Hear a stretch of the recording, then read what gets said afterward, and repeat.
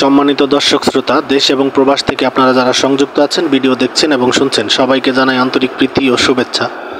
বন্ধুরা, আমি কথা বলতেছিলাম স্ক্রিনে দেওয়া এই মিষ্টি আপুটি সম্পর্কে। ওনার জীবনের গল্প নিয়ে আজকের প্রতিবেদন।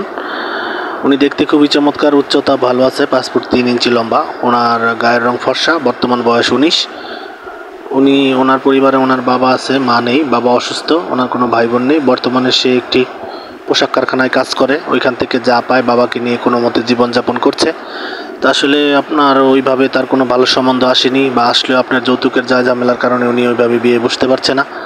তো এখন সে আমাদের চ্যানেলের সাথে যোগাযোগ করে আমাদের কাছে ওনার প্রতিবেদনটা ছাড়লো, তো আমরা প্রকাশ করলাম। তো আমরা ওনার মুখ থেকে যেটা জানলাম, উনি চাচ্ছে একটা ভালো ব্যক্তিত্ব, ভালো মনের মানুষ, যে তার সব কিছু জেনে শুনে তাকে মেনে নিবে, নিঃস্বার্থভাবে তাকে ভালোবাসবে, এমন একটা ব্যক্তিত্ব খুঁজছে। ওনার কথা হচ্ছে, আপনার পাত্রের বয়স যদি একটু বেশি হয় কোনো সমস্যা নেই, উনি বিবাহিত হলেও কোনো সমস্যা নেই।